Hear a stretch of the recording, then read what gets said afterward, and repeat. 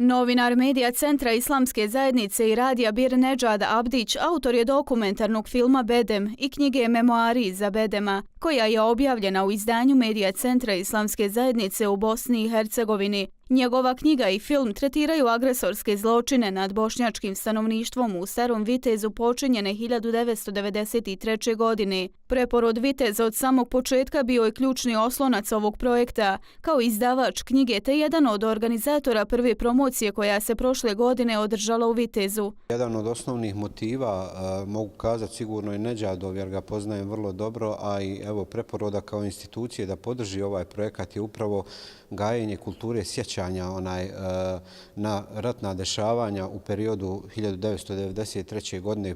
Govorimo o Vitezu i Starom Vitezu, znači području Viteške općine, i upravo mi u Preporodu kao jedan od osnovnih ciljeva u našim programskim zadacima postavljamo gajenje kulture sjećanja i prenošenja tog sjećanja na mlađe naraštaje kako bi stekli neki dojam i uvid u ono što je se dešavalo u tim godinama. Ova djela svjedoče i dokumentuju događaje koji su oblikovali život Bošnjaka na ovom području, a knjiga i dokumentarni film oslanjaju se na sjećanje autora, koji je na inicijativu svog oca započeo pisanje još kao 12-godišnjak, koji je svjedočio o zločinima, ali i otporu Bošnjaka sa ovog područja.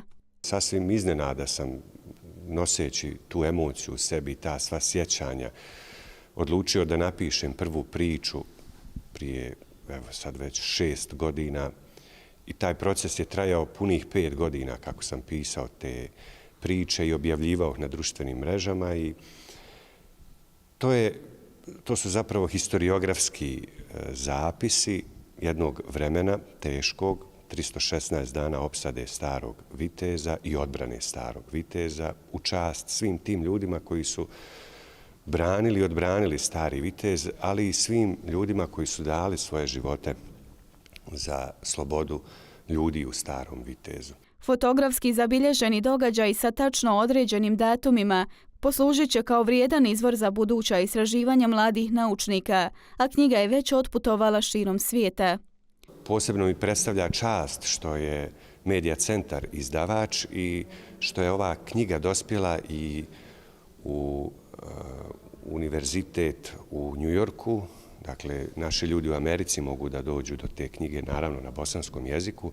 Također i u gradskoj biblioteci u Minhenu je moguće pronaći ovu knjigu, i to mi predstavlja posebno zadovoljstvo, jer mi je zapravo cilj bio da se glas o herojstvu tih ljudi koji su branili svoje živote i živote svojih najmilijih proširi na planetarno zapravo. Autor smatra da duguje budućim generacijama dokumentovano ono što se dešavalo u prošlosti, kako se historija našeg naroda ne bi ponavljala, ističući da pored pisane riječi postoji i prilika za mlade da historiju naše domovine saznaju i kroz video format.